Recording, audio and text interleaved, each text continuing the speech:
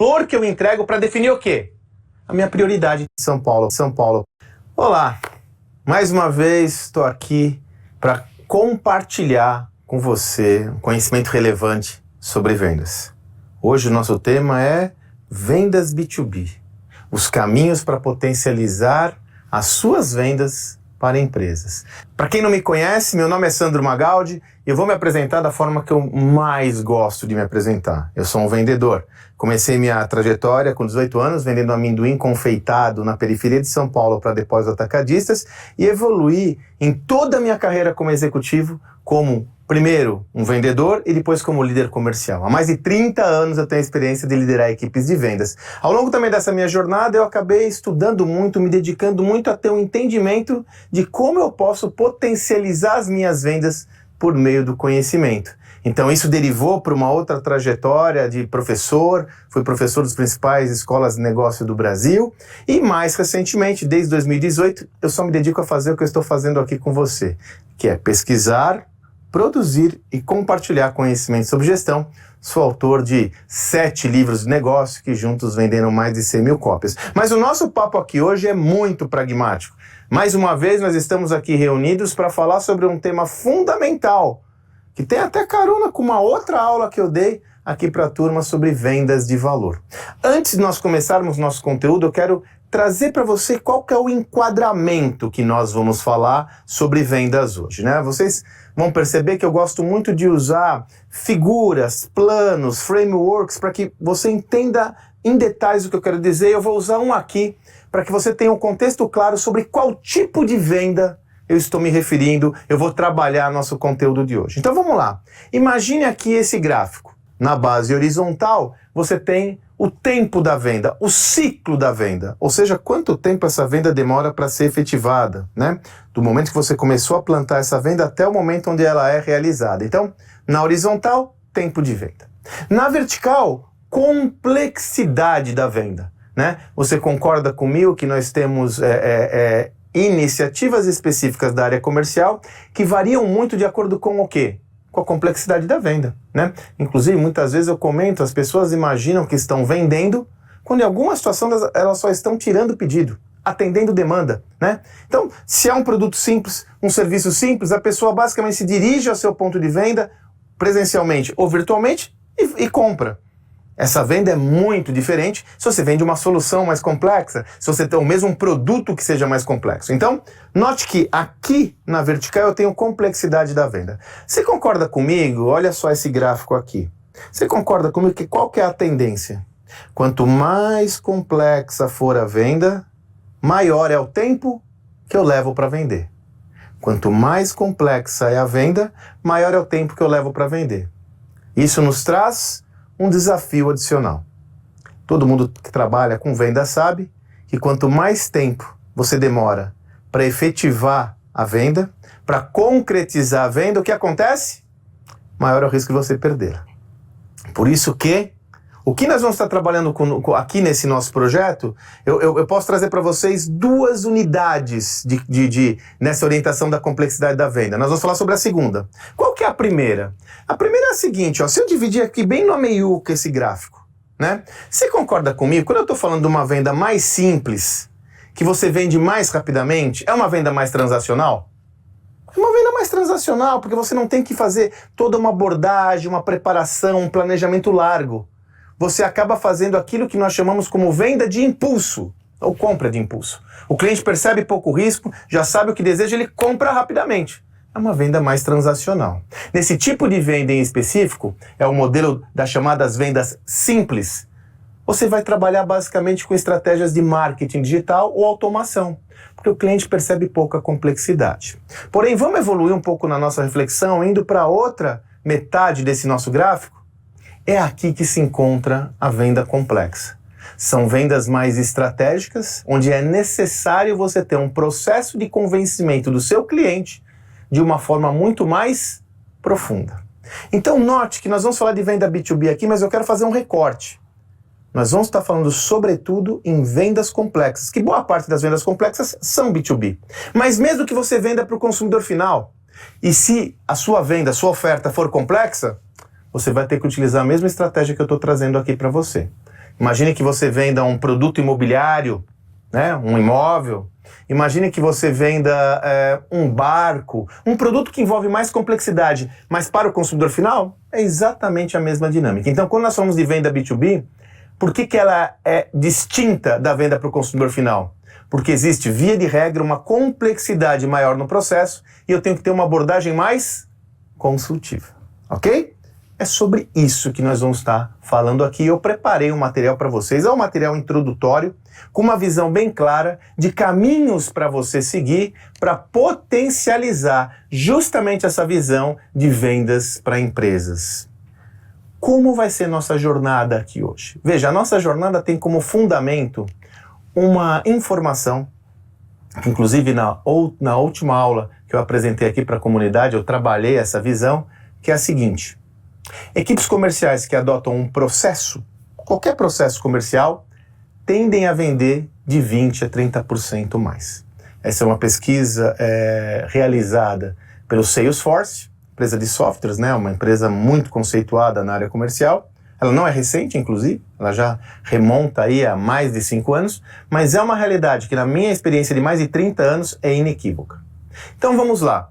Se eu comecei falando para vocês que a venda B2B tende a ser mais complexa, desta forma, você tem que ter uma abordagem mais estratégica e consultiva. Se agora eu trago uma segunda informação, que se eu tenho um processo comercial, a minha chance de vender é maior, horas. Então o que nós vamos trazer aqui para você? Um processo comercial orientado exclusivamente a vendas B2B para que você possa vender mais e melhor.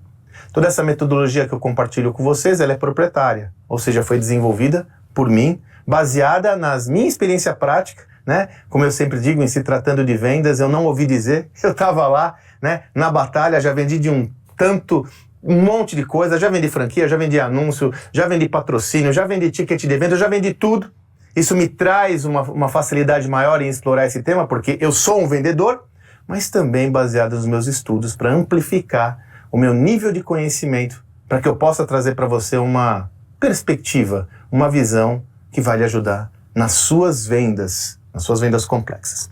Esse método que eu trago a vocês, e como eu disse, hoje eu vou trazer aqui uma visão introdutória, depois nós vamos ter a oportunidade de nos aprofundar sobre cada um desses elementos. Ele é composto basicamente por 2 módulos. O primeiro módulo é o que a gente chama da proposta de valor. Eu vou mostrar para vocês como construir uma proposta de valor matadora. Você pode estar se perguntando, mas o que é a proposta de valor? Veja, proposta de valor, como eu vou demonstrar para você em detalhes, são todos os componentes da sua oferta. E aqui cabe uma observação. Quando nós começamos a vender algo, ou eu contrato um vendedor para o meu negócio, ou eu mesmo começo a vender algo, qual que é uma tendência quase que generalizada? Eu sair vendendo. Então, se eu for vender qualquer solução, eu já sento na cadeira para você falar, você vai vender assim, assim, pá, você sai vendendo. Pois a minha proposta é, antes de ir para a ação, nós nos dedicarmos a entender toda a estrutura da minha proposta de valor para que eu possa ter condições não só de vender mais e melhor, mas para ter mais escalabilidade nas minhas vendas. Para que eu possa ter um entendimento claro desse processo e analisar melhorias em relação a esse processo. Ter condições de ter aprendizados em relação a esse processo comercial. Sim, eu aprendo muito na prática. Eu aprendo muito no dia a dia das vendas. Mas como eu organizo esse aprendizado? Como eu estruturo esse aprendizado? Segundo benefício dessa tese da construção dessa proposta de valor que vocês vão ver, é muito simples. Se você vai contratar um vendedor, se você vai compartilhar o seu conhecimento com outro colega, quando você tem isso tudo registrado, o processo de aprendizado ele é muito mais facilitado, porque todas as informações estão estruturadas de uma forma clara e muito concreta, muito prática. Então, nesse nosso módulo, nós vamos falar de proposta de valor. E o segundo módulo? O segundo módulo é justamente essa metodologia que eu desenvolvi, como eu disse, baseado na minha experiência e nos meus estudos, que eu chamo de B2B Sales Map, né? Um mapa de vendas B2B. E eu vou explorar com você aqui esses 5 etapas do processo comercial. Partindo da segmentação, que é a prática de escolher o cliente certo, caminhando pelo mapeamento do processo decisório do cliente, conhecendo melhor o nosso cliente, aí eu escolho quais são os canais, eu defino quais são os canais de vendas que eu vou utilizar, para aí sim eu abordar o meu cliente, a parte do pitch, da abordagem, onde o meu objetivo é aumentar as chances de vendas. Fiz todo esse ciclo, ele não pode se enfraquecer. Então eu tenho uma quinta etapa que eu chamo de rotina comercial, cujo principal objetivo é fazer um follow-up em toda essa estrutura para que ela possa cada vez mais ficar azeitada. É como se você tivesse um motor, onde você vai monitorar esse motor para que cada vez mais ele funcione com exatidão. Note que já de primeira tem um pensamento importante para trazer para vocês. Se você pegar essas 3 primeiras etapas, ou seja, segmentação, mapeamento e definição de canais, são 3 etapas que acontecem à distância do cliente. São etapas de planejamento. Isso já difere de muitos treinamentos de vendas, de muitas reflexões sobre vendas, onde a tendência é ir direto para onde? Para a ação. E vou trazer para você uma outra perspectiva. Invista seu tempo na preparação para melhorar a sua efetividade na ação. Vamos fazer uma analogia? É o treino e o jogo. No treinamento você vai adquirir competências, você vai adquirir conhecimento para conhecer melhor o seu adversário, conhecer melhor as características daquele negócio. Para quê? Para quando chegar a hora da verdade você estar nos trinques, em cima da bola. É a mesma coisa que a gente vai fazer aqui. Investir bastante de uma forma muito prática no planejamento, para quando chegar a hora da verdade, aquela hora que todos se deliciam, é meu momento predileto, eu estou de frente ao cliente, bater para marcar o gol. Fechado? Então vamos lá. 2 módulos. Framework da proposta de valor e o B2B Sales Map. Vamos começar com a proposta de valor então. Vamos lá. Olha só. Mais uma vez, o que é a proposta de valor? São todos os componentes da sua oferta. A minha experiência sempre foi complicada em relação a isso. Por quê? Como eu disse, em toda a minha trajetória eu vendi muitas coisas. E via de regra, quando eu era convidado para vender alguma coisa, eu sentava na minha cadeira, né? No passado tudo acontecia presencialmente. Eu olhava, tá bom, você vai ter que vender anúncios para restaurante, por exemplo. Eu vendia anúncios de jornal para restaurante. Eu sentava lá e se vira negão. Olha só, o cliente é desse jeito e tal. Puxa, mas qual é a melhor abordagem? Qual é o melhor discurso? Como eu entendo melhor meu cliente? Então, a todo momento, sempre que eu mudava para um contexto, eu tinha que começar do zero a abordagem, começar do zero a reflexão. Foi aí que eu decidi criar um mapa, né, um framework da proposta de valor, e em todo lugar que eu vou, todo local, hoje atualmente eu me dedico basicamente a compartilhar conhecimento. Então, quando eu estou vendendo os meus produtos de conhecimento, eu tenho lá a minha proposta de valor, que é uma forma que eu uso para quê? Primeiro, para exercitar meu nível de conhecimento sobre o que eu estou vendendo. Segundo, para identificar quais são os gaps que eu tenho na minha abordagem comercial. E terceiro, para que eu possa ter um nível de consciência pleno sobre aquela proposta de valor, executá-la e melhorar continuamente, né? E sim, tem um quarto benefício, como eu disse, quando eu vou transmitir essa informação para outra, é uma grande moleza. Falar, aqui você vai vender desse jeito, ó, funciona assim. Mas vamos sair da conversa e ver como isso funciona na prática, né? São 3 camadas que nós vamos desenvolver para construir essa proposta de valor. Nós vamos fazer primeiro uma análise interna, depois uma análise externa e depois uma análise de mercado. Na análise externa eu vou analisar o cliente. Vamos ver como isso é na prática? É aqui, ó, é esse desenho que eu trago a vocês. Tem uma camada anterior a essas 3, que é o perfil do cliente, que nós vamos falar um pouco sobre ela, que é fundamental. Mas quando eu falo de análise interna, o que eu estou falando? Eu estou falando sobre benefícios e características da nossa oferta. Então eu vou olhar a minha oferta e entender o que é benefício e o que é característica. Quando eu falo de análise externa, para onde eu vou olhar? Eu vou olhar para o cliente. E eu quero entender o que nessa análise? Eu quero entender qual é o problema do cliente que eu vou atender, quais são suas dores e qual a expectativa que ele tem com a entrega da oferta que eu vendo. E finalmente, então eu olhei a minha oferta, eu olhei as dores do cliente, a demanda do cliente. Qual é a última camada para eu analisar? É justamente o mercado. Como eu me diferencio? Né? Eu tenho que ter alguma diferenciação. Né? Se eu sou uma solução única, para quê? Então aqui eu vou analisar como eu me diferencio e quais alternativas disponíveis o cliente tem. Eu lhe garanto que se você fizer essa reflexão, e não faça sozinho ou sozinha, viu? Se você tem equipe, o ideal é você colocar a sua equipe para fazer juntos essa reflexão. Se você fizer essa reflexão de uma forma profunda, concentrada, disciplinadamente, eu lhe garanto que a sua efetividade comercial vai aumentar. Não só vai aumentar, como vai ter mais escalabilidade, que você vai ter um guia, um mapa para lhe guiar. Beleza? Então, olha lá. Primeira análise interna, característica e benefício. Segunda análise externa, análise do cliente. Quais são as expectativas e os problemas do cliente. Terceira análise de mercado. Como eu diferencio, quais alternativas esse cliente tem. Vamos começar esse desenho? A gente começa entendendo qual é o perfil do seu cliente ideal. Eu tenho que ter um entendimento claro, minha gente, que aqui também eu vejo que aqui, sobretudo em negócios B2B, de venda mais complexa, via de regra, há um equívoco de profissionais de vendas. É entender que toda a sua base de clientes se comporta de forma homogênea. Ou entender que aqueles clientes com mais grana são os clientes mais importantes para o meu negócio. E eu lhe digo, esse é um viés que reduz demais a reflexão sobre a pergunta essencial. Quais são os clientes mais atraentes para a minha abordagem comercial? Aqui eu não quero que você construa, e você talvez esteja familiarizada com a visão de personas, né? A visão de persona foi constituída a partir de uma lógica de entendimento do comportamento do cliente, e ela tem uma ciência clara para isso. Não. Eu não quero que você vá tão longe aqui. Vai ser necessário lá adiante, mas aqui não. Aqui eu só quero que você me responda a uma questão. Qual é o perfil do cliente mais aderente à sua oferta de valor? Qual é o jeitão desse cliente? Então vamos imaginar que você vende para... Olha, vou dar um exemplo quando eu atuava na linha de frente, quando eu vendia patrocínios de eventos. Quem eram meus clientes? As grandes organizações que tinham interesse em se aliar a eventos para capturar clientes ou fortalecer seu posicionamento de marca, sua marca, né? Todos os clientes, você fala assim, não, as empresas maiores são os mais atrativos. Será que é só isso? Aí eu comecei a descobrir, olha, primeiro, quem é um cliente atraente para mim? Olha, um cliente atraente é aquele que tem vocação para marketing. Porque eu posso ter uma empresa gigante, mas se ela não tiver vocação para marketing, ela não vai querer comprar um patrocínio. Opa, vocação para marketing é um atributo. Quem mais? Olha, eu descobri que, no meu caso, eu atuava numa empresa chamada HSM que fazia eventos para empresários, para executivos.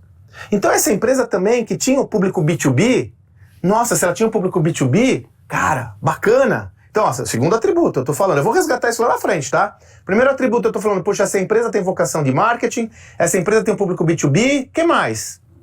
Escuta, eu tenho que ter uma interlocução boa na empresa. Porque como eu vendia produtos de um valor, de serviço, né, de um valor agregado alto, eu tô falando de 1 milhão, 2 milhões de dólares, se eu não tivesse um bom interlocutor lá dentro, eu tava frito. Terceiro atributo. Então o que eu tô falando para vocês? Se eu tava lá com os meus 450 clientes em potencial que eu tinha, 450, 460, é a lógica de olhar e falar assim, tá, mas desses 450, qual que é o perfil daquele mais adequado para minha abordagem? Então o que eu tô falando para vocês? Aquele que tem vocação de marketing, tem como público-alvo B2B, ou seja, ele vende para empresas, e eu tenho contato, esse é o bam. Então o que eu quero que você faça agora, basicamente é o seguinte, qual é o perfil do seu cliente mais adequado a uma abordagem? Vou te dar uma forcinha, vou te dar uma ajuda. Você vai responder a 3 perguntas chaves.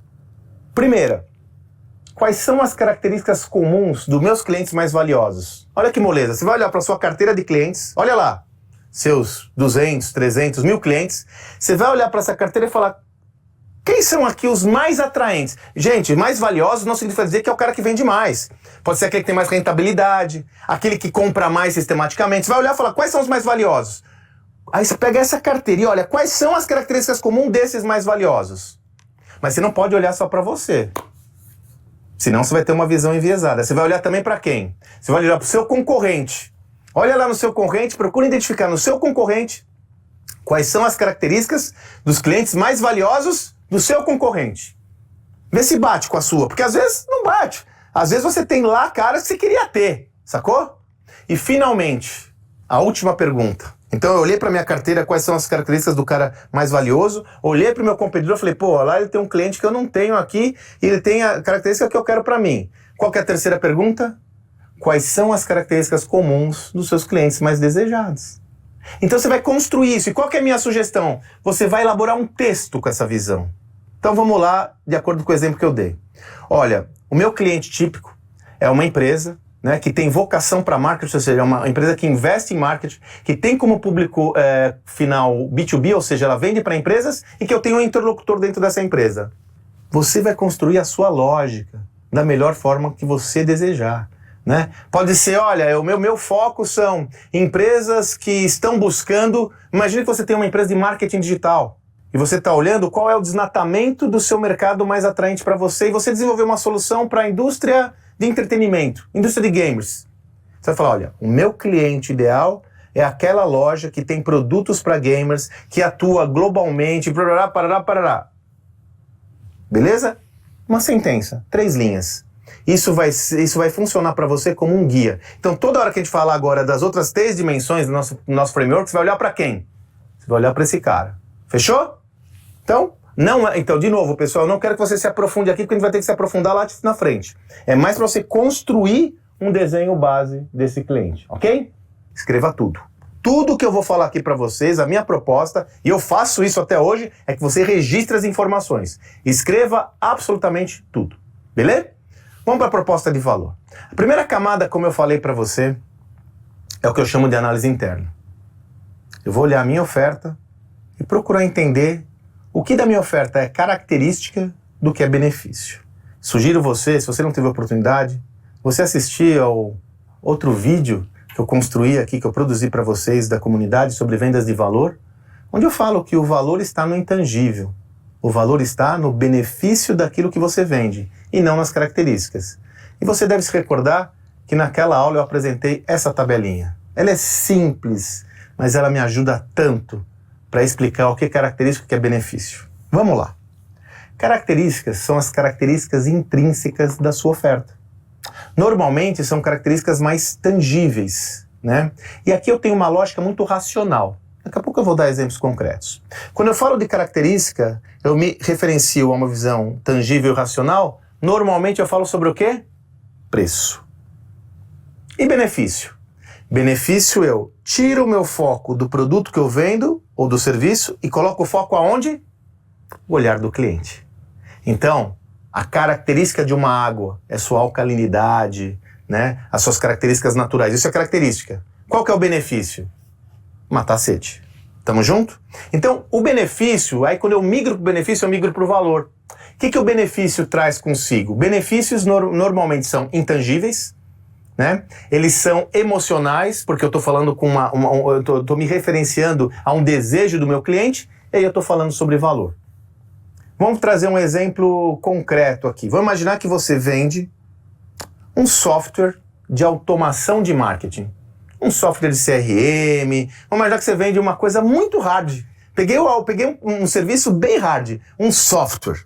O que você pode falar de característica para mim? Olha, meu software ele tem essas funcionalidades, ele consegue armazenar tantas informações, tantos campos, ele tem um processamento de dados muito rápido. Tudo isso é característica, eu estou falando do meu produto ou serviço, nesse caso o serviço. Então, essas são as características daquilo que eu vendo. E os benefícios? Veja, os benefícios da mesma solução que eu vendo tem a ver com o quê? Tem a ver com a possibilidade do cliente capturar clientes de forma mais rápida e ágil para o seu negócio. Tem a ver com uma maior produtividade na captura de clientes. Tem a ver com rentabilidade, tem a ver com lucro. Sacou qual que é a diferença? Quando eu falo de característica, eu olho o meu produto ou serviço. Quando eu falo de benefício, eu olho o mundo do cliente. Vamos dar outro exemplo, só para você ter outras referências. Não quero que você saia com dúvidas aqui. Vou imaginar que você tem uma empresa que vende uniformes. Olha só, estou pegando coisas bem comoditizáveis. Uniformes. Você vende uniformes para as empresas utilizarem nos seus serviços, enfim, sei lá no quê. Serviços de limpeza, segurança, enfim. Quais são as características desses uniformes? Olha, pode ser a forma como ele é produzido, com algodão, não algodão, as cores, até a logística é característica, tá? Né? Ah, não, eu entrego isso em um mês. Isso é característica. Agora, qual que é o benefício? É a segurança que a pessoa vai ter em oferecer a maior segurança possível para os seus colaboradores. É o bem-estar que ela vai gerar para os seus colaboradores. Olha que interessante, o benefício aqui pode ser até o quê? Aumento do nível de retenção dos colaboradores, que vão se sentir mais à vontade, pertencendo àquela empresa, vão se sentir valorizados. Sacou qual que é a diferença? Por isso que eu falo, quando você vende características, você vende preço. Se eu for vender as características intrínsecas desse produto, a pessoa vai se referenciar ao quê? Uma avaliação racional. ela vai olhar, tá, então isso daí é de algodão e tal, então eu vou fazer uma conta aqui, qual é o custo de mão de obra, matéria-prima, X. Quando eu vendo o benefício, você leva seu cliente para outra dimensão. A dimensão de quem? A dimensão do que é valorizado por ele no negócio dele. Então eu saio das características do algodão e tal, esse cara já tá olhando o seguinte, porra, é legal, né, isso? Então se eu tiver esses uniformes mais sacados, as pessoas vão sentir mais à vontade comigo, elas vão estar mais engajadas, elas vão ter mais performance. Aqui é valor, aqui é preço. Por que eu tenho que ter as duas visões, o que é característico e o que é benefício? Pelo seguinte, imagina que você está vendendo, esse é o gerente comercial, a gerente comercial dessa loja de uniformes. Você vai lá falar pro seu comprador e falar, vem aqui, ó, eu tô te vendendo engajamento dos seus colaboradores. Com o meu produto eles vão sentir mais à vontade, eles vão ter mais bem-estar de estar comigo. Aí o cara fala, tá, mas você está vendendo o quê? Mas como você vai conseguir isso? Porque eu posso conquistar bem-estar dos meus colaboradores de várias formas. Aí você tem que entrar nas características. Eu faço isso por meio de uma gestão adequada dos uniformes, piriri, pororó, tururu. Ou seja, características geram benefícios. Então você tem que ter a visão das duas dimensões. Beleza? Então, aquilo que a gente chama de análise interna, eu vou olhar a minha oferta sempre olhando o cliente. Lembra? Eu desenho o cliente, vou olhar o que é característica e benefício à luz das suas demandas. E agora eu vou fazer aquilo que eu chamo de análise externa, ou análise do cliente. Aqui eu quero explorar basicamente duas dimensões. A primeira, qual é o problema do seu cliente, né? Você sabe que a gente trabalhou muito aqui naquele outro vídeo também, essa visão é essencial. Você tem que ter um entendimento claro de qual que é o problema que você atende do seu cliente, né? Aqui no Brasil, isso ficou muito rotulado como a dor que o seu cliente tem, que você está ajudando a saná-la, né? Qual que é a dor do seu cliente? Vamos dar o exemplo daquela empresa lá, sei lá, de softwares de automação. São várias dores que ele pode ter, né? Ele pode estar com um problema de captura de clientes, não está capturando os melhores clientes para o negócio dele. Ou melhor, ele pode ter primeiro ele pode ter uma demanda de volume, ele não está capturando em quantidade de clientes para o negócio dele. Ele pode também estar tendo um problema de qualificação. Ele não está capturando os clientes mais qualificados. Ele pode também ter um problema de não conseguir integrar sua equipe comercial numa ferramenta que lhe permite ter mais gestão da área comercial. Olha quantas dores eu posso mapear aqui rapidamente. Então, quais são as dores do seu cliente? E tome cuidado com o elemento. Não, sempre um ponto de atenção. Tome cuidado com as questões mais óbvias. Ah não, a dor do meu cliente é que ele não tem dinheiro para fazer isso. Ah não, se aprofunde, busque ter 5 dores. Eu quero sempre ter mais, 5. Porque aí você vai se aprofundando cada vez mais até chegar na sua essência. E lembre-se, vou dar um exemplo bem pragmático. Imagina que você está vendendo um imóvel, um apartamento, né? Característica, já falamos, mas vamos retomar, característica de imóvel, metro quadrado, preço do metro quadrado, matéria-prima gerada aqui, a planta, tudo é característica. Benefício, autoestima, segurança. Dores, você tem que pesquisar. Qual que é a dor do seu cliente? Pode ser, uma das dores pode ser ele tem a necessidade de mostrar como ele evoluiu, a sua ascensão, tem a ver com status. Ou não, ele está muito preocupado com toda essa instabilidade que está acontecendo no Brasil, e uma das dores dele é querer ter segurança, mobilizar o capital dele no imóvel. Você percebe o que eu estou querendo dizer aqui? Você tem que olhar o mundo com os olhos do cliente. E veja, não são as dores que você acha que ele tem. Você tem que investigar, dá um trampo, né? Então, na análise externa do cliente, primeira coisa, qual que é o problema que eu atendo?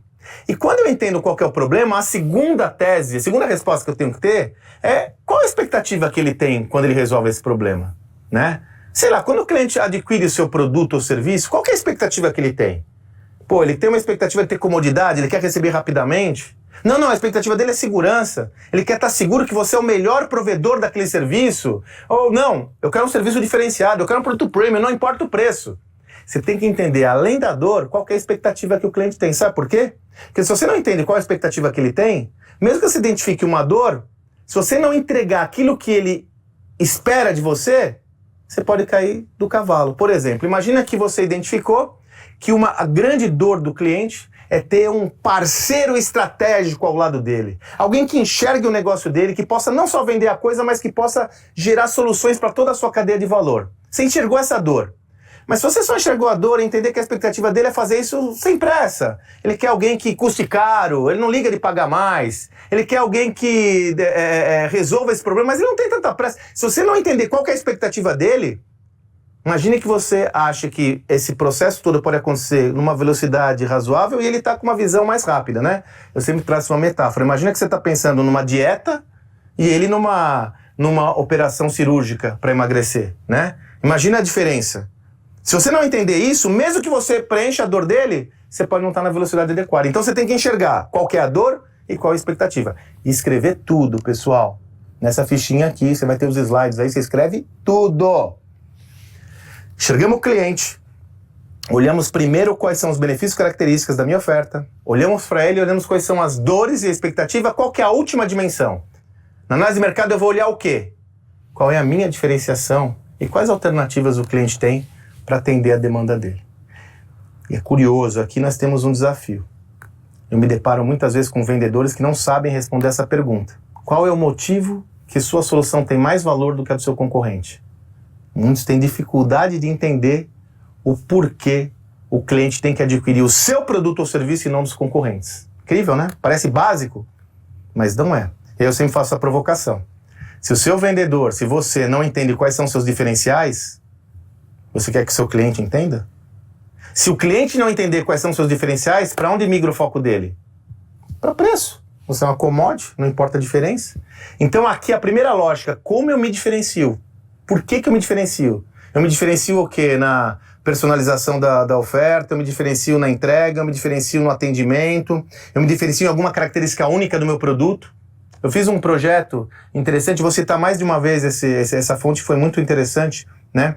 Um projeto com uma agência que vende, uma agência de turismo corporativo. Ela vende passagens, ou melhor, não só passagens, né? Ela vende tudo que se refere ao turismo para empresas, sobretudo destinado aos seus executivos.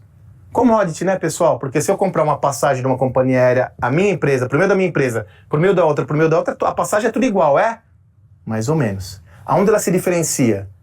No serviço que ela presta, no entendimento da demanda do cliente e na construção de uma malha, não só de viagens no que tange a transporte, mas logística, que vai fazer com que esse cliente não só gaste menos, mas, sobretudo, tenha a possibilidade de atender com mais celeridade, mais velocidade as demandas dos seus executivos.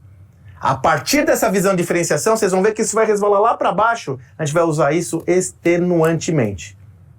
Qual é o seu diferencial? E para isso, uma pergunta que anda junto, quais são as alternativas disponíveis que o cliente tem? Nesse caso, que eu dei para vocês sobre a agência de vendas corporativas, a agência de turismo corporativa, uma das opções qual é? Não é adquirir esse serviço de outro cliente, é fazer por conta própria.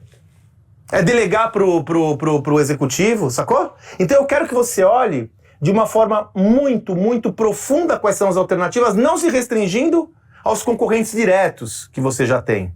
Pense sobre todas as óticas. Eu posso fazer em casa, eu posso fazer sozinho, eu posso... O que esse cliente pode usar para atender essa demanda? E aí nós fechamos nosso framework da proposta de valor. Perfil do cliente lá em cima, nós vamos resgatar agora, quando eu entrar na próxima fase, no próximo módulo, né? Análise interna, o que é benefício, o que é característica, beleza? Vamos entender isso. Análise externa, análise do cliente, quais são as expectativas do cliente e, sobretudo, quais são as dores do cliente, qual é o seu problema. E eu vou olhar para o mercado. Como eu me diferencio? Como eu me diferencio no mercado e quais são as alternativas disponíveis que meu cliente tem comigo. Fechou?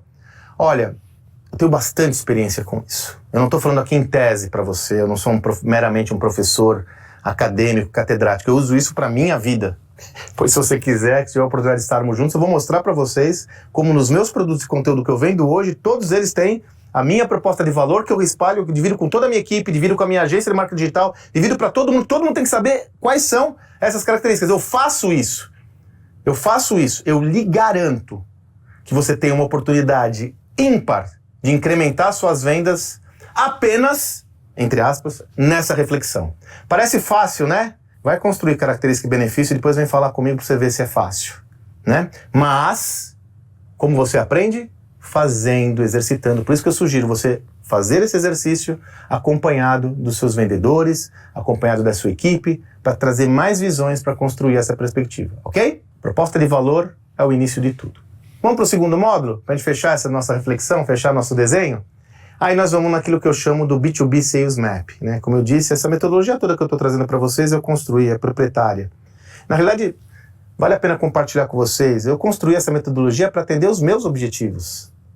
Atender meus problemas. Eu estava lá, tendo que bater minhas metas, 100 milhões, 200 milhões por ano. Como eu fazia de forma escalável? Então eu comecei a desenvolver as minhas metodologias para atender as minhas demandas e validei-as nas minhas demandas. Como eu falei para vocês, eu posso mostrar tudo isso aqui na prática, porque eu sempre fiz isso. Até hoje eu faço isso, como eu disse. Então essa metodologia, ela está muito baseada numa lógica muito minha de como eu podia vender mais e melhor. Como eu já comentei na introdução, eu chamo de B2B Sales Map, né? Essa estrutura, ela tem 5 etapas. Nós vamos falar sobre cada uma delas agora, é uma visão introdutória, mas eu não quero que você saia aqui com dúvidas, eu quero que você saia com um referencial para você já começar a construir essa visão para suas vendas B2B. Seguramente esse conteúdo, aliado com tudo que você está conhecendo aqui, uma das principais, se não a principal escola de vendas do Brasil, dificilmente você não vai vender mais e melhor. Vamos lá? Primeira etapa qual é? É o que eu chamo de segmentação de clientes. Isso é um palavrão, né, gente? Segmentação de clientes é um negócio, às vezes, que assusta, mas não é assustador. Não é assustador. Como eu construí isso? Né? Eu construí isso a partir de algumas visões, né? Eu sempre fui muito paranoico com as minhas vendas, né? Sempre quis fazer melhor e tal. Eu tinha algumas perguntas utópicas até que eu me fazia, assim. Uma delas é o seguinte, ó. Eu só quero abordar os leads que eu consegui vender. Não quero mais ficar abordando aqueles caras que não tem nada a ver com o meu negócio, não vou perder meu tempo. Eu quero otimizar meu tempo. Até porque, fazendo um parênteses para você aqui, né? Uma conta que poucos fazem é quanto custa o seu esforço comercial. Poucos fazem essa conta. Seu tempo, sua disponibilidade. Então, a minha lógica é o seguinte, como eu posso otimizar meu recurso? Todos os meus recursos comerciais, todos os meus esforços, eu tenho 7 vendedores, eu tenho o meu esforço, como eu posso otimizar todos esses recursos? Lembrando que o maior recurso não é só dinheiro, é também tempo, né? Como eles são limitados, né? Tempo e dinheiro é limitado, eu não posso desperdiçar esses caras, né? E aí, a outra questão é punk, né, gente? Vou trazer para vocês uma referência de novo, que é empírica, baseada na minha experiência. Vendedor gosta de falar com cliente que é fácil vender. Comigo não é diferente. Não fique assustado se você achar isso diferente. Não. A gente gosta de falar com quem dá trela para nós, né? Com quem dá assunto para nós. Mas tem um tipo de cliente, que é aquele de alto potencial, que às vezes não dá muita trela para nós, é difícil de vender. Só que é o seguinte, cara. Esse cliente, se você conseguir vender, vale por 10 pequenininhos. Mas se eu não tenho uma visão estruturada, eu vou falar só com o pequenininho que eu consigo vender rápido e tal, e vou esquecer do grandão. Isso é batata. Olha, bota uma aposta aqui com você que acontece a todo momento, gente. Porque nós gostamos do quê? De ação, de quem dá atenção pra nós, de quem... Nem que eu venda uma coisinha de 1.000, 2.000 aqui, mas e de 1 milhão? De 1 milhão dá trabalho. Então, a minha questão era, será que eu tô dando foco e esforço em quem realmente tem potencial para bater minhas metas? Ou eu tô só olhando aqueles que me dão mais pelota, né? Mais bola. E aí vem a pergunta de $1 milhão. Como determinar qual é o perfil de clientes que é mais sensível ao valor que eu entrego para definir o quê? A minha prioridade de abordagens. Aí eu criei uma tese, que depois eu posso compartilhar com vocês com mais profundidade, chamada Matriz de Atratividade, que até é uma conta matemática que eu faço, mas que ela se baseia numa lógica muito simples. Muito mais simples do que muitos imaginam. A lógica do avião. Vamos lá. Você tem um avião. Você concorda que a companhia aérea consegue resolver isso de uma forma bacana? Ela define quem ela coloca na primeira classe, vai pagar mais, é um cara com muito mais atratividade, vai receber um tratamento especial. Quem ela coloca na econômica, melhor, quem ela coloca na business, um intermediário aqui, né, na classe executiva. Então, primeira classe, classe executiva, continua sendo importante, mas aí eu tenho atributos em menor quantidade do que quem está na primeira classe, e quem eu coloco na econômica. Eu não desprezo nenhum desses clientes, mas eu dou tratamentos diferentes a cada um deles. Então a pergunta aqui que cabe é, quem é a sua primeira classe, quem é a sua business e quem é a sua classe econômica? Quais são as características desses clientes? E eu vou fazer uma coisa que eu adoro, que chama curva ABC. Ora, se eu tenho clientes com perfil da primeira classe, esse cara eu vou pegar no colo, velho. Vou saber até qual é a cor da preferida do meu cliente, qual é o esporte que ele mais gosta, o que é o negócio dele, se ele vai expandir ou não vai. Eu vou gastar, melhor, né, Sandro? Eu vou investir tempo nesse cara. É o cara que vai resolver meus problemas. O intermediário, eu também vou investir tempo, mas um pouquinho menos, né? E o cara lá da econômica? Talvez eu vou delegar, talvez eu vou usar ferramentas preditivas em mais escala, vou automatizar processos. Por que eu fiz isso, hein, gente? Porque às vezes eu tenho um carite aqui da classe econômica que dá uma trela, que é hiper amigável, nossa, um querido. Eu gasto 1, 2 horas a mais nesse cara e desprestigio esse, porque normalmente o cliente de alto potencial, ele é o quê, pessoal? Ele é mais exigente, porque ele recebe um monte de visita, é difícil falar com o interlocutor, dá mais trabalho. Eu tenho que construir essa visão. Como construir? Eu já dei aqui a letra para vocês de como eu faço isso, tá? Como eu falei, eu tenho até um modelo mais estruturado dessa visão, mas tudo parte daquela mesma lógica que eu trabalhei para você quando eu trabalhei em proposta de valor. Defina de 3 a 5 características do seu cliente, o cliente A, ou da primeira classe. De 3 a 5, tá? Como você vai fazer isso? Olha lá nos clientes mais valiosos da sua carteira. Quais são as características em comum desse cliente? Quais são? Vamos lá, eu já dei o exemplo meu pessoal, vamos dar outro exemplo? Vou imaginar que você tem um negócio de logística. Logística, né? Um negócio hard, pesado. Você vai olhar a sua carteira e fala, os clientes que geram mais resultado para mim não são clientes de grande porte. São clientes de médio porte, porque esses caras não têm muita opção. Opa, identifiquei clientes de médio porte, o ideal é você já matar aqui qual que é o faturamento desse cliente, ou quantidade de funcionários, ou quantidade de entregas. É legal você ter uma base racional, mas você já matou um atributo. Olha, esses clientes também são clientes que têm produtos, trabalham com e-commerce. E trabalham com e-commerce e entregam para o Brasil todo, porque aí ele tem demanda de logística que o Correios não atende. Opa, segundo atributo. Terceiro, eu gosto muito desse, você vai ver que eu vou falar de novo, né? Putz, são caras que eu tenho interlocução. Eu consigo falar com o dono do negócio, eu consigo falar com o CEO, eu consigo falar com o diretor. Opa, interlocução. Quarto, sei lá, são clientes que têm muitos concorrentes. E aí, como eles têm muitos concorrentes, se ele não tiver uma logística eficiente para fazer suas entregas, ele perde o jogo. Percebe? Eu só tô aqui, que me vem em mente eu vou falando. Você vai pegar o seu cliente mais desejado, com a sua turma, pega 10, pega 15, pega 20 e fala, quais são as características comuns desse cara? E você vai fazer a mesma coisa com o seu competidor. Ah, Sandro, mas eu não tenho essa informação. Seja bem-vindo e bem-vinda à necessidade de ter mais informações sobre o seu cliente. Por isso que eu falo, quando a gente faz esse exercício, eu começo a analisar quais são os meus buracos, quais são os meus gaps. Então você já tem uma missão, tá? Acabando essa aula, você vai procurar conhecer melhor seu cliente. Como? Vai conversar com ele, vai fazer pesquisa em dado secundário, vai conversar com fornecedores dele. Vai lá, de repente sempre tem um amigo de um amigo que trabalha lá. Vai, esse é nosso papel. Não adianta a gente delegar, se queria que tivesse tudo pronto, não tá. Mas dá pra fazer, eu te garanto que dá pra fazer. Então, busque informações desse cliente com você e pra fora. Não deixe de buscar as de fora, porque senão você vai ficar correndo atrás do rabo. Você vai trabalhar uma base de clientes igual a que você sempre tem. Seu crescimento vai ficar limitado. E aí você vai chegar ao terceiro atributo, que é o cliente desejado. Beleza? Então, escolha de 3 a 5 atributos presentes nos clientes mais valiosos para você. E aí você vai fazer o quê com isso? Você vai pegar sua carteira de clientes, imagina que você tem 100, eu fazia isso com 500. Eu tinha 7 vendedores, 6, 7 vendedores, cada um fazia da sua carteira e depois a gente tinha uma base única. Você vai pegar todos os seus clientes e vai analisar como eles estão em relação a esses 5 atributos. Quais são os clientes que cumprem os 5 atributos? Esses daí é a primeira classe. Quais são aqueles que cumprem 3? Mete na executiva, na business. E quais são aqueles que de repente cumprem 1 ou 2? Coloca na econômica. Ah, mas eu tenho uns aqui que não cumprem nenhuma, manda embora. Tá perdendo tempo, Katsu? Por que você tá abordando o cliente que não tem nada a ver com o seu negócio? Esses clientes você faz o seguinte, manda o LinkedIn do seu competidor para eles. Manda uma mensagem direta na caixa postal do comprador e fala assim, vai comprar do outro, porque você vai dar mais trabalho pro seu competidor. Sabe por que eu falo isso? Quanto do seu tempo, do tempo da sua equipe comercial, você não está destinando justamente para caras que não tem nada a ver com o valor que você entrega? Olha, gente, se você fizer isso de forma criteriosa, você vai se assustar. Mas é um susto positivo. Beleza?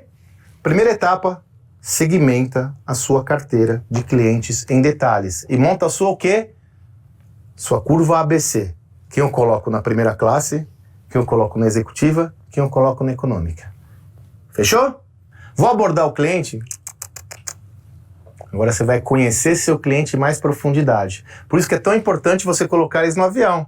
Porque você vai pegar aquele cliente curva A da primeira classe, você tem que saber tudo dele. Então, a segunda etapa do nosso processo, mapeamento do processo decisório. E aí eu vou trazer para você um outro conceito que eu já trouxe para a comunidade que vale a pena compartilhar com você. Percepção de risco do cliente. Vou imaginar de novo esse gráfico aqui que eu estou mostrando para vocês. Esse gráfico tem na horizontal complexidade da venda. Pouco complexo, muito complexo. Na vertical, percepção de risco. Você concorda que tem uma seta aqui, uma linha que acompanha essa lógica? Quanto maior for a percepção de risco do seu cliente, mais complexa vai ser a venda. O que eu quero trazer para você como reflexão? Em B2B isso é muito usual. O cliente percebeu o risco, maior complexidade de venda, o que ele vai fazer? Ele vai procurar desenvolver ferramentas para diminuir a sua percepção de risco.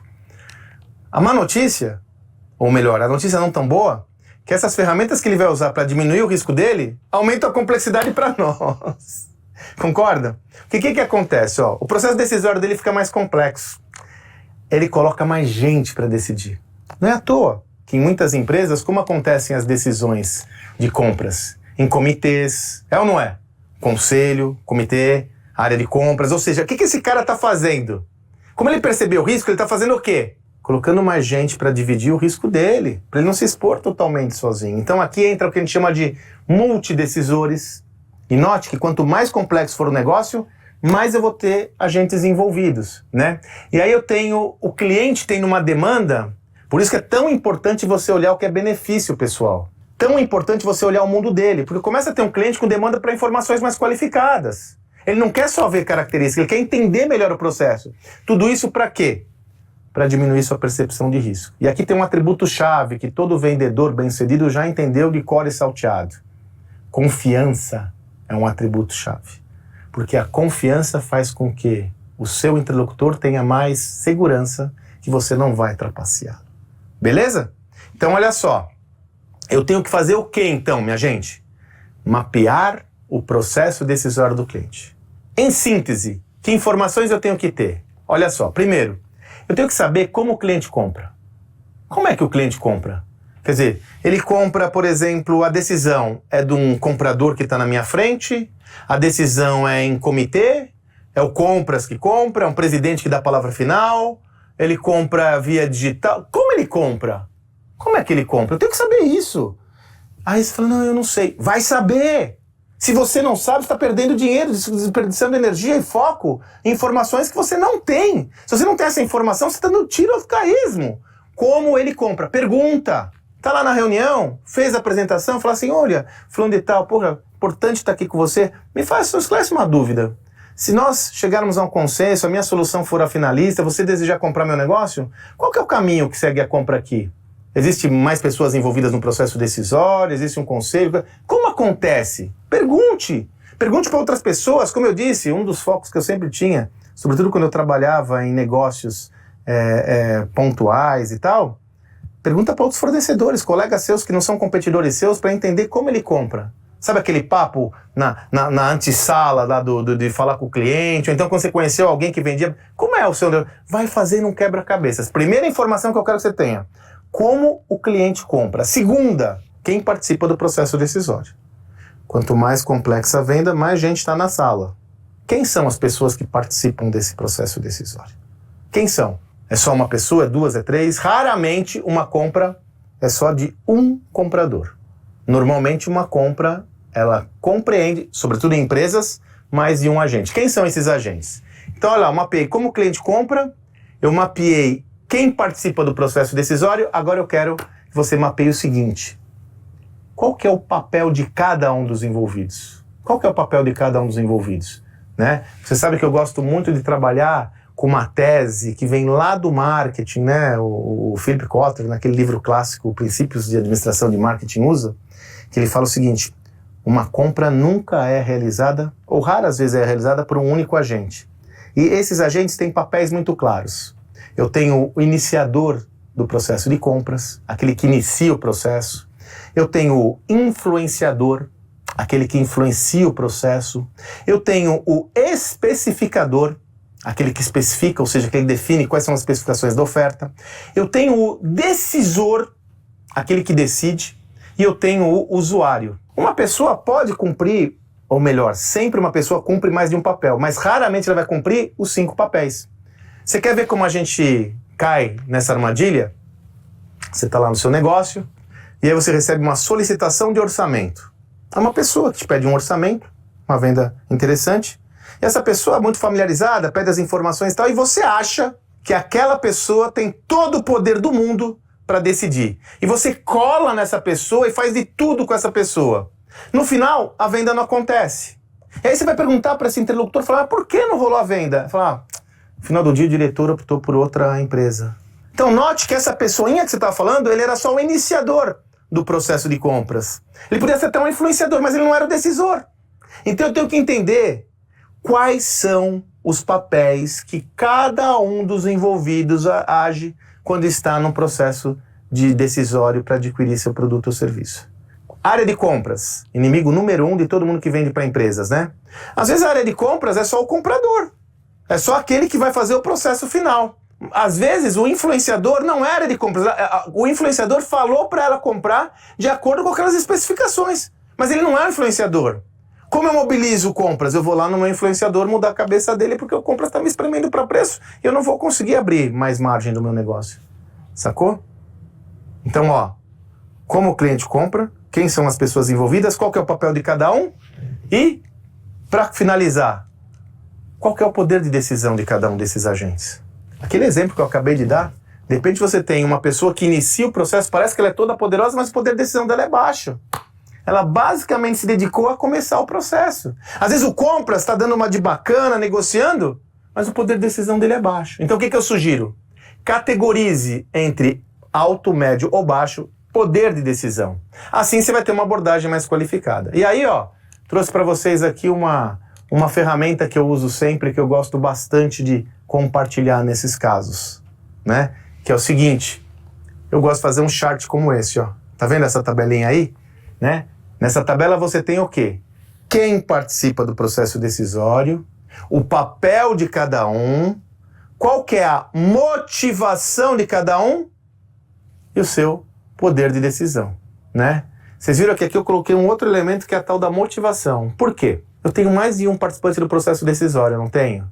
Imagina que você vende aquela solução de tecnologia e você fala, ah, não, é batata. Solução de tecnologia, eu vendo para o cara de tecnologia da empresa. O gerente de tecnologia mas eu tenho um usuário que é o cara do marketing, não é? Ele é um usuário, ele é um influenciador, né? Aí eu tenho também o cara da área financeira que vai usufruir daquela tecnologia para ele. Você concorda que a motivação do cara de tecnologia pode ser por ganho de produtividade? A motivação do cara do marketing pode ser conquistar mais e melhores clientes. E a motivação do cara da área financeira é ter informações qualificadas. Eu tenho que entender qual que é a motivação de cada um desses agentes. Por quê, hein? Porque quando eu for falar com cada um desses agentes, eu vou falar a linguagem dele. Não adianta eu chegar para o cara da área financeira falando que vai gerar mais leads qualificados se o foco dele está em economia. Não adianta eu chegar para o indivíduo da área de tecnologia e falar para ele que ele vai ter economia se o foco dele é em performance. Não acontece, às vezes, você falar para o seu interlocutor e você perceber que ele não entendeu nada, porque você não está mapeando adequadamente qual é a sua motivação. Então, qual que é a proposta que eu tenho para você? Lembra os caras da curva A, da primeira classe? Eu tenho que ter essa visão de cada um desses clientes. Como ele compra, quem participa do processo decisório, qual que é o papel de cada um, qual que é a motivação e qual que é a caneta pesada de cada um desses agentes. E aí eu vou conseguir desenvolver o quê? Uma estratégia para abordar cada um desses agentes.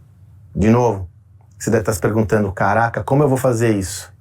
É aí que cabe o seu papel de investigador, de pesquisador, de cavucar essas informações. A matéria-prima básica mais relevante para qualquer vendedor, qual é? Informação. Porque se você tem informação adequada, você adota uma abordagem que vai colar direitinho na demanda do cliente. Fechou? Segunda etapa, então, eu mapeio o processo decisório. Vou atender o cliente? Não. Tem uma só pequenininha que você vai fazer antes, que é para otimizar seus recursos comerciais. Eu chamo de definição de canais de vendas. Quais canais você vai utilizar para otimizar a sua estratégia. Então aqui, o que você vai fazer? Nós não fizemos uma segmentação, nós não mapeamos o cliente. Agora você vai pegar aquela curva ABC e definir qual que é a estratégia de abordagem para cada um desses canais. Então, na minha curva A, veja esse exemplo que eu estou trazendo para vocês.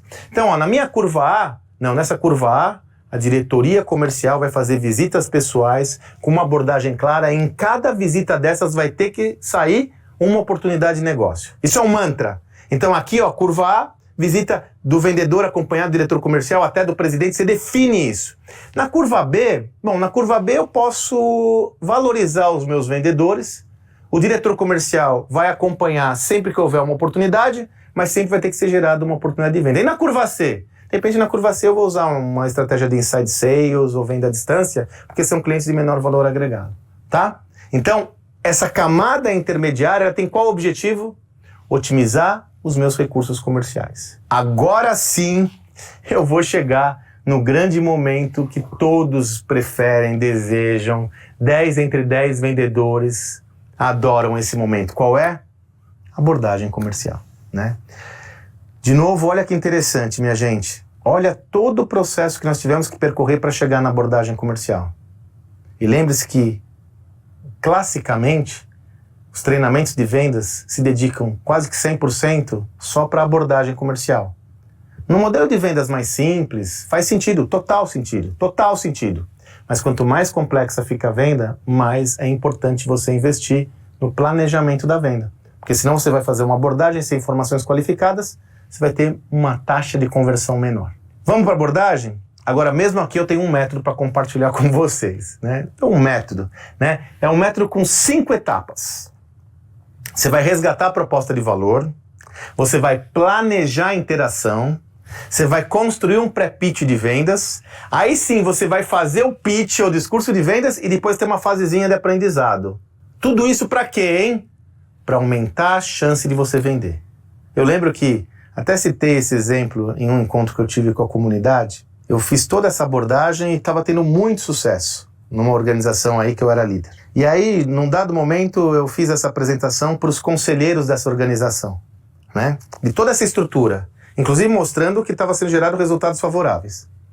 Um dos conselheiros levantou a mão e falou: puxa, isso é muito mais complexo que no passado. Será que a gente precisa fazer tudo isso mesmo?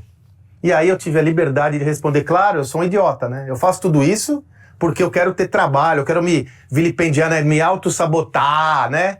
Claro que eu tenho que fazer tudo isso. Por quê? Porque o cliente ficou muito mais exigente.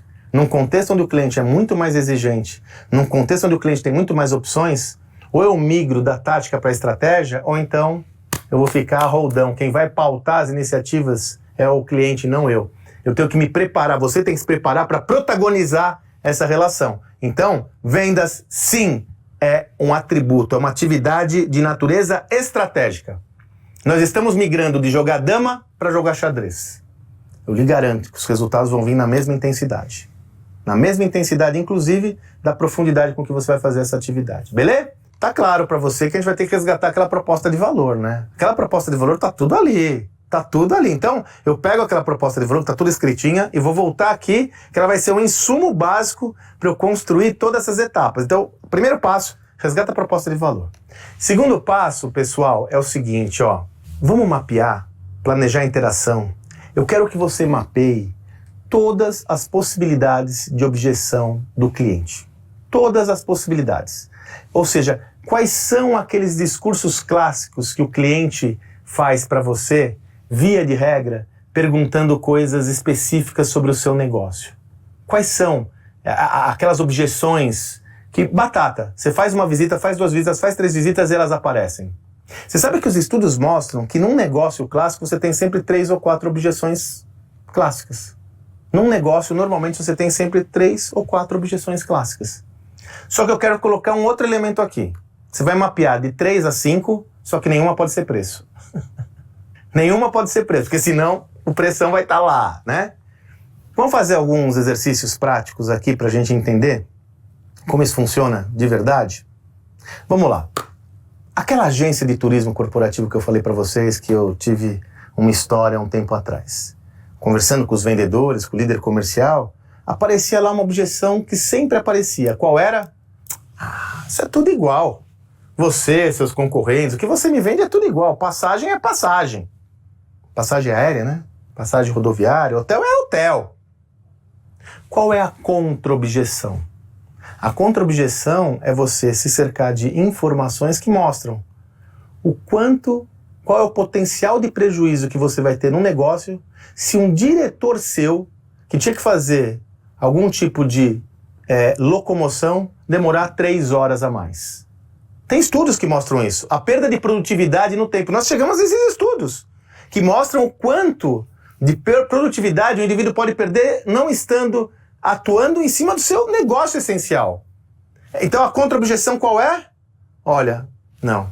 O nosso foco aqui é trabalhar em soluções que visam garantir uma maior produtividade para o seu negócio. Para isso, eu vou mostrar para você qual é o preço, qual é o prejuízo de você ter profissionais que não estão integrados ao seu negócio. Aliás, a gente pode só pensar rapidamente, né? Quando um diretor comercial seu perde 3 horas numa conexão, ele podia estar essas 3 horas conversando com o cliente. Como que é isso? Sacou? Então eu vou pegar sempre uma objeção e trabalhar uma contra-objeção. Por exemplo, imagine, é muito usual, né? Eu desenvolvi um projeto recente com uma empresa que trabalhava com uma consultoria de dados, tecnologia de dados. Ela implementa soluções de dados nas organizações. Qual que era uma objeção clássica, pessoal? Eu faço isso em casa, eu tenho minha equipe aqui, eu faço isso com a minha equipe, né? Eu tenho uma equipe para fazer isso. Qual que era a contra-objeção? Nós mapeamos todas as tecnologias hoje que envolvem dados. Nós estamos falando de inteligência artificial, nós estamos falando de Big Data, nós estamos falando de algoritmos. E hoje existem estudos que mostram como não é possível uma equipe pequena dar conta de todas essas variáveis. Estudos mostram isso. Então qual era a contra-objeção? Olha, legal a sua equipe se dedicar a essa atividade, mas quanto do tempo da sua equipe está destinado a atividades que não são core do seu negócio? Quanto do tempo da sua equipe está dedicado a atividades de suporte? Olha, os estudos mostram que equipes que não ficam dedicadas a essa... A Gartner mostra que equipes que não estão dedicadas a isso geram uma produtividade média inferior a tal. Sacou? Então eu gero uma contra-objeção.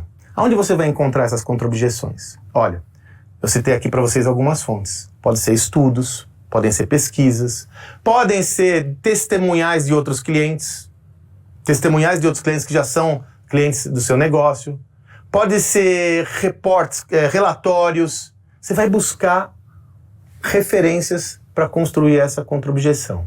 Agora, aonde ela vai estar muito presente, pessoal? Lembra na proposta de valor, nos diferenciais que você tem? Lá você vai ter muitas das respostas que você precisa, nos diferenciais da sua proposta de valor. Beleza? Eu quero que você faça um gráfico desses, ó.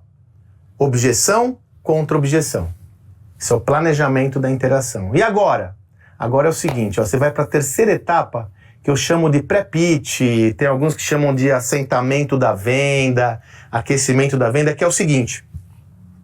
Quando você está de frente a um cliente, você tem aquela fase do cliente onde ele está menos, olha que bonito isso, menos suscetível a uma abordagem de valor.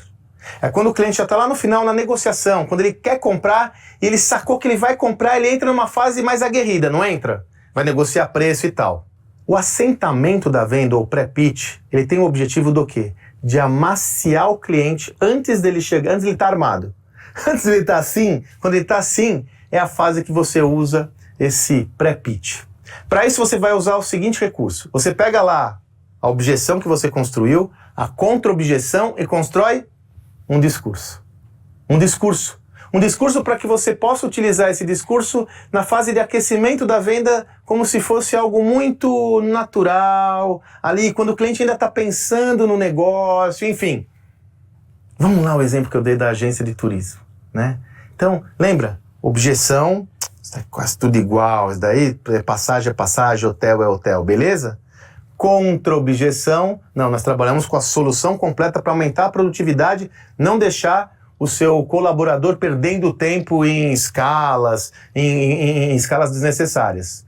Como eu uso isso no pré-pitch?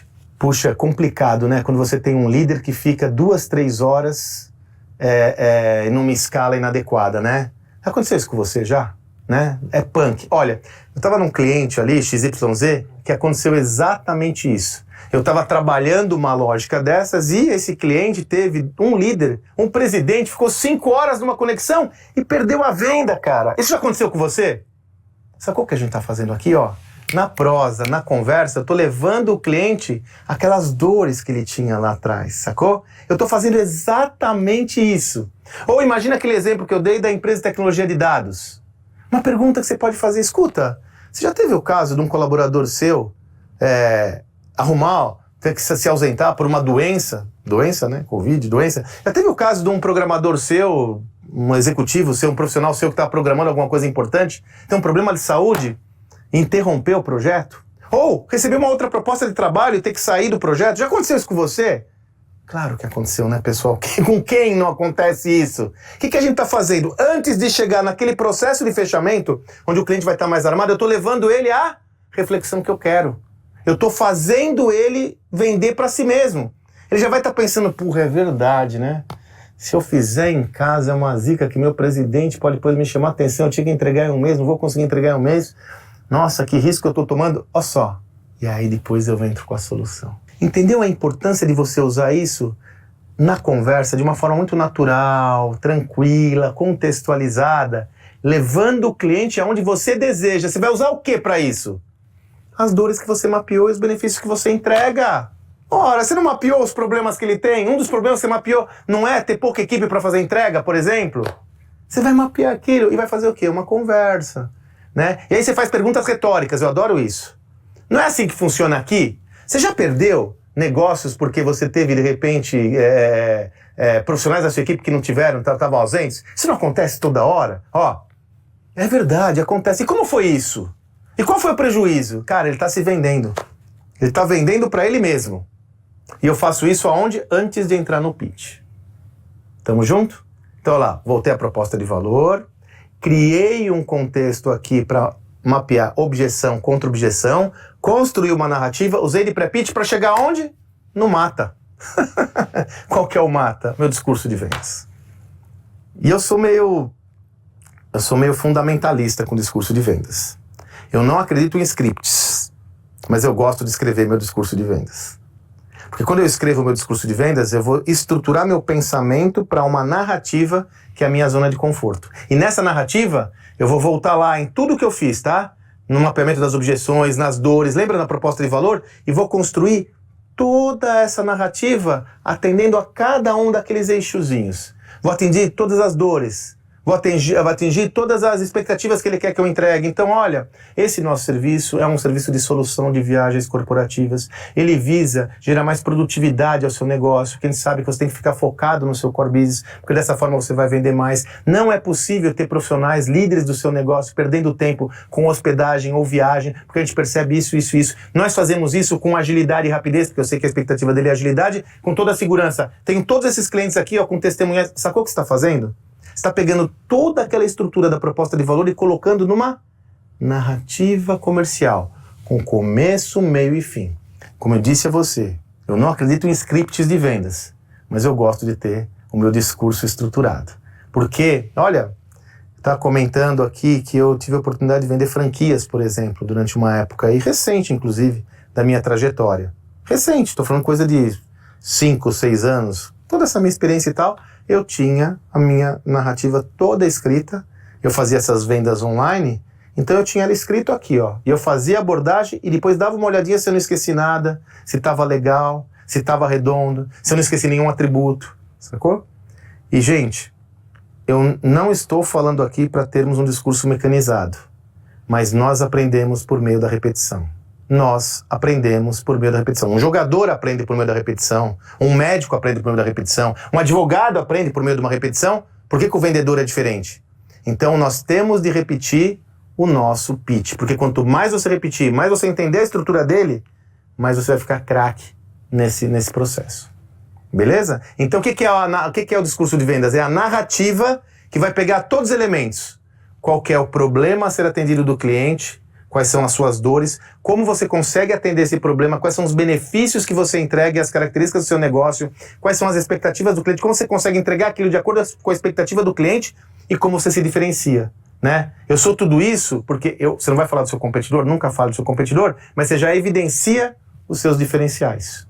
Gol, entendeu? Por isso que eu falo, a gente faz tudo isso para quê? Para brilhar quando estiver na hora da frente do cliente, para quando estiver no pênalti, para marcar gol. E não para ficar, veja bem, vamos lá, o que você quer, o que não quer, o que você faz mesmo? Eu fico pé da vida com isso. Quando alguém chega para vender alguma coisa complexa e pergunta para mim o seguinte, o que você faz mesmo? Aliás, aconteceu recentemente. E eu tive a delicadeza de falar pro vendedor, falar assim, vamos fazer o seguinte, querido, não, aqui tá todas as minhas fontes, o meu site, meu Instagram, tudo que eu faço é aberto. Você volta lá, estuda o que eu faço e vem aqui conversar comigo, porque a gente não perde nem seu tempo, nem o meu. Tamo junto? Você pega um cara qualificado e pergunta o que ele faz, no mundo como é hoje? Não, você tem pelo contrário. Ele tem que entender que você conhece muito o negócio dele e você é a solução. Estrutura isso numa narrativa. Acabou? Não. A gente tem a última etapa. Essa é engraçado. Eu aprendi essa etapa quando eu era vendedor de anúncio, lá com 18, 19, 20 anos. 21 anos, 22 anos, né? Que é o aprendizado. Isso é um ciclo de aprendizado, pessoal. Você fala com o cliente, você roda esse ciclo e você se retroalimenta com essa abordagem, entendeu? Continuamente. Então é engraçado que desde que eu era vendedorzão lá atrás, eu saía de uma venda, eu parava 5 minutos e me fazia 3 perguntas. 3 perguntas no final do dia, né? Que é assim, ó. O que eu fiz nessa abordagem que deu certo? O que eu fiz que não deu certo? E o que eu vou fazer diferente na próxima reunião que eu tiver? Sacou? Então o que eu fiz que deu certo? Sabe quando a gente vende é legal, né? Que você olha, você pega na veia, o cara brilha o olho, né? Quando você pega na veia, o seu interlocutor fala, puta, é aí que eu pego. É ou não é? Toda venda tem isso, gente. Né? Você tá no discurso, você olha, a hora que ele faz assim, você fala, peguei. E da mesma forma, tem às vezes elementos que você fala, eu vou usar isso no meu pitch, que eu vou pegá-lo. E às vezes não acontece nada, né? Você fala aquilo e não rolou nada. Então, você tem que dar uma polida na sua abordagem até chegar no momento ótimo. Aliás, tem uma boa estratégia que eu uso. Quando eu faço toda essa estratégia que eu mostrei a vocês e vou levar ao mercado essa estratégia, a primeira camada de clientes que eu escolho para abordar não é o cliente da primeira classe. Eu pego clientes com alto potencial, mas que estão ali na classe executiva. Por quê? Porque as primeiras reuniões eu vou usar para quê? Para aprender, para polir a minha abordagem, para polir a minha estrutura. Quando eu tiver craque, aí eu vou para cima, aí eu vou para as cabeças. Então o que eu sugiro? E eu faço isso de forma ordenada, tá? Eu faço um gráfico mesmo, como vocês estão vendo aí, uma tabelinha, né? Seguinte, o que eu fiz legal, o que deu certo, o que não deu certo, e o que eu faço diferente na próxima reunião, não é amanhã. Eu saio daqui agora, tem uma reunião daqui a meia hora. O que eu já vou fazer diferente na próxima? Se você fizer isso toda hora, trabalhar para seus vendedores, fazer isso toda hora, não tem como você não melhorar continuamente. E aí nós fechamos essa quarta etapa do processo, né? Você vê, até o próprio pitch, a minha sugestão é que você tenha uma visão muito mais estratégica do que tática. Resgato minha proposta de valor, mapeio objeções, construo contra-objeções, desenvolvo uma narrativa de aquecimento, construo meu pitch, a narrativa e não deixo de aprender nunca. E aqui eu fecho esse meu ciclo e vou para a última etapa só para dar uma afunilada nessa estrutura. Vamos lá. Você fez todo esse trabalho, e agora? Agora você tem que manter essa estrutura funcionando, mas não só mantê-la funcionando. Você tem que ter indicadores para demonstrar a efetividade da estrutura para que você tenha uma performance ainda melhor. É aqui que entra o que eu chamo de rotina comercial, que até um nome que eu dava, que era governança comercial, mas ficou meio feio, eu preferi adotar rotina comercial, que basicamente consiste no quê? Quais são os rituais que você utiliza, quais são as ferramentas e rituais que você utiliza para manter essa máquina rodando. Eu divido em 2 partes. A primeira parte é o seguinte, né?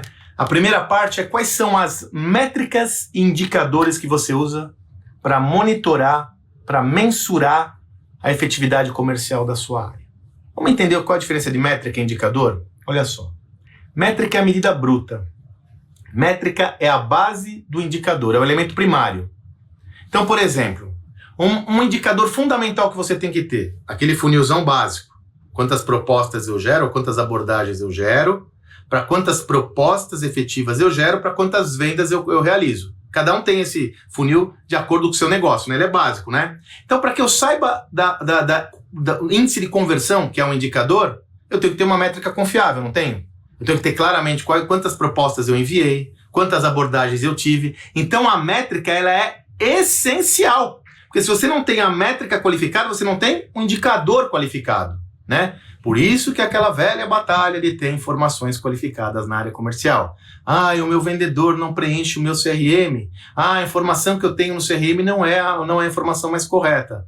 Então você tem que ter gestão para ter a informação correta.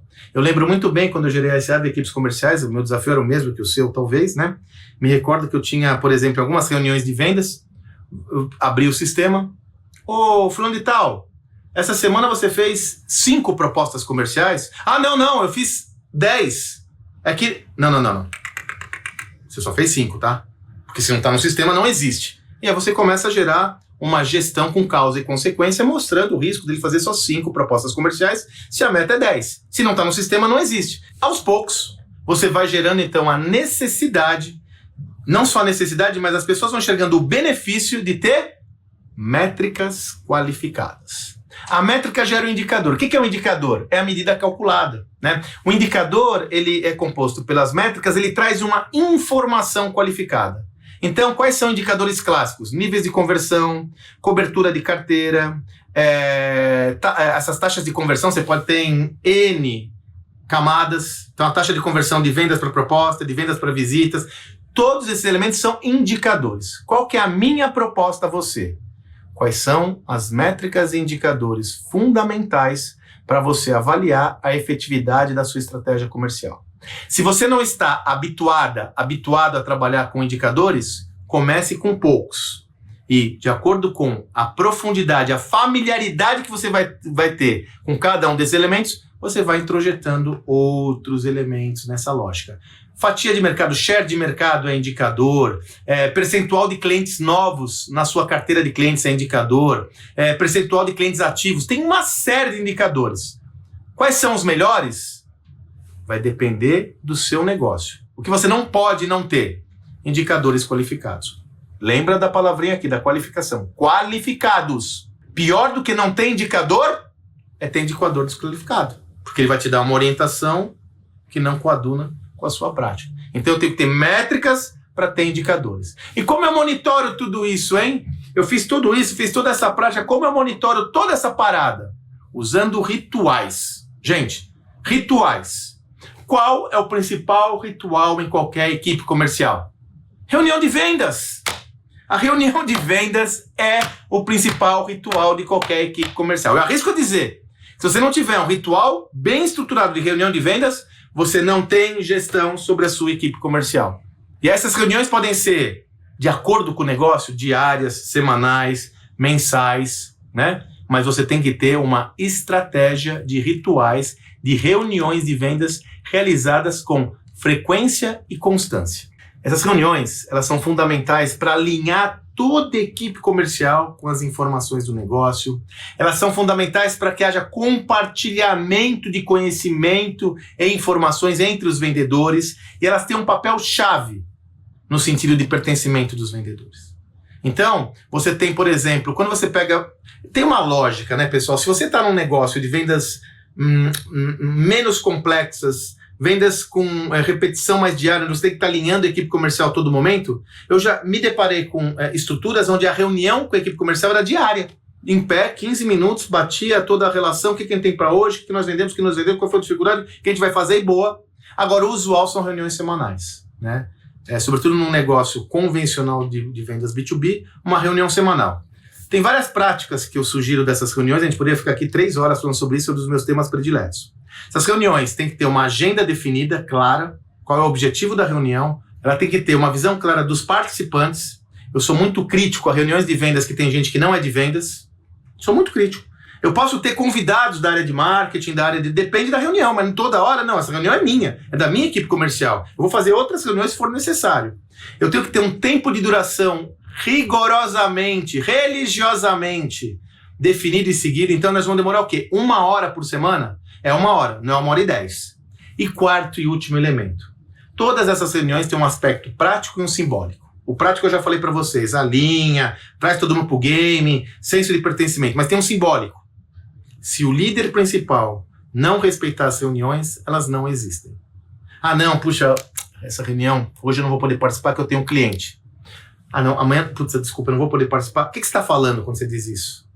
Estar com o cliente é mais importante que estar com os meus vendedores. E aí eles vão ter o direito de fazer a mesma coisa. E aí eles vão começar a ir nas reuniões, papo santo, não é importante para ele. Então, ó, gente, e eu tô falando isso na prática, tá? De novo, 30 anos de líder comercial, me deram alguma experiência. Eu não rifava minhas reuniões semanais. Ah, mas a reunião é com o meu cliente mais importante. Vamos marcar para tarde? Eu sempre fiz reuniões segunda-feira pela manhã, às 8h30, no máximo às 10 horas. Eu fazia reuniões de 1h30, minha equipe era grande, né? Ah, então, pô, marca para as 11 horas a reunião. Ah, é 9 horas, só pode às 9. Temos que achar outra reunião. Os vendedores vão percebendo a importância que você dá para isso e vão valorizando esse ritual.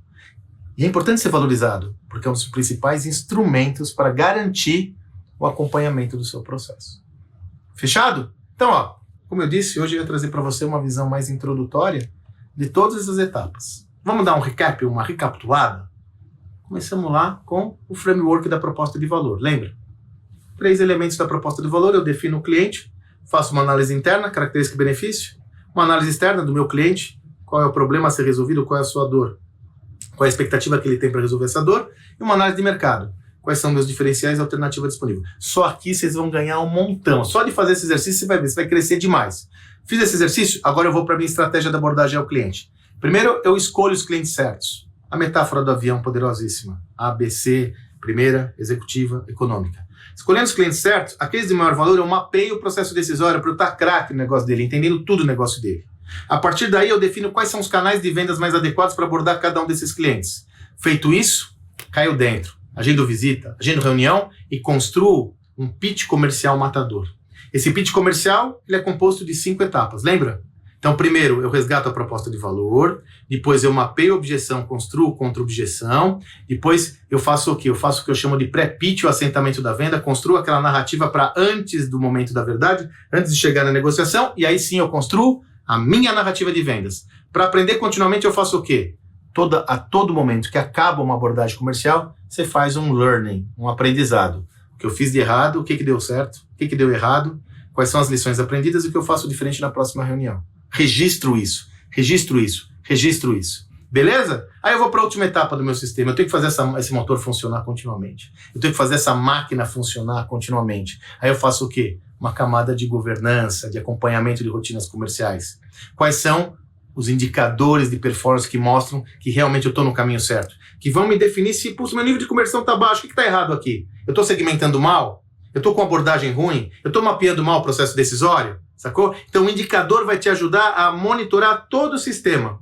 E você usa rituais justamente orientados, a reunião de vendas é o principal deles, para manter essa máquina funcionando. Aliás, preciso falar uma coisa que eu deixei de falar, né? Quando eu falo nos rituais, qual que é a base das minhas reuniões de vendas? Os indicadores. Eu vou pegar os indicadores, a reunião de vendas vai estar baseada nesses indicadores, eu vou discutir os indicadores de cada vendedor para analisar a performance, e dando errado, eu vou voltar para a minha estrutura toda. Vou olhar lá, o que está errado? Por que está dando errado, hein? Por que minha conversão está mais baixa? Por que esse índice está mais baixo? Eu vou procurar entender aonde eu estou falhando nesse processo. Fazendo isso continuamente, você vai melhorar repetidamente esse processo até chegar num momento ótimo, num ciclo ótimo. Lembrando sempre, gente, vendas tem uma peculiaridade. Você pode fazer tudo direitinho e a venda não sair. Poucos ofícios têm. Eu, aliás, não sei outro ofício que tem isso, né?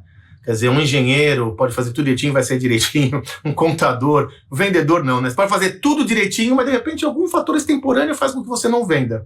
Isso sendo uma verdade, qual que é a minha responsabilidade? Cuidar daquilo que eu sou responsável, que eu tenho poder. Ou seja, ter uma estrutura de abordagem adequada para minimizar a chance de perder o jogo. Lembra? Não é mais dama, é estratégia, é xadrez. Não é mais só tática, é estratégia.